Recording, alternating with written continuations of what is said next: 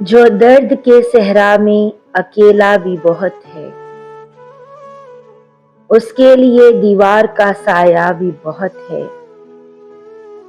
देखा नहीं तन्हाई में तुमने कभी उसको, बिछड़े हुए लोगों को वो रोया भी बहुत है। कुछ तुझको मोहब्बत पर यकीन था न वफा पर, कुछ दुख मेरी तकदीर में लिखा भी बहुत है। बिनाई अंधेरों से भला कैसे बचाता, एक शख्स तेरे हिज्र में जागा भी बहुत है।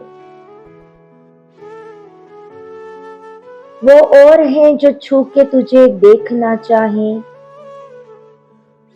मुझको तो मेरे ख्वाब की दुनिया भी बहुत है। किरदार से महरूम था ये शहर सो उसने, हमको दरो दीवार पे लिखा भी बहुत है। अगर वीडियो पसंद आए तो लाइक और शेयर जरूर कीजिएगा। चैनल पर नए हैं तो चैनल को सब्सक्राइब कर दें और कमेंट सेक्शन में एक प्यारा सा कमेंट कर दें। वीडियो देखने का शुक्रिया।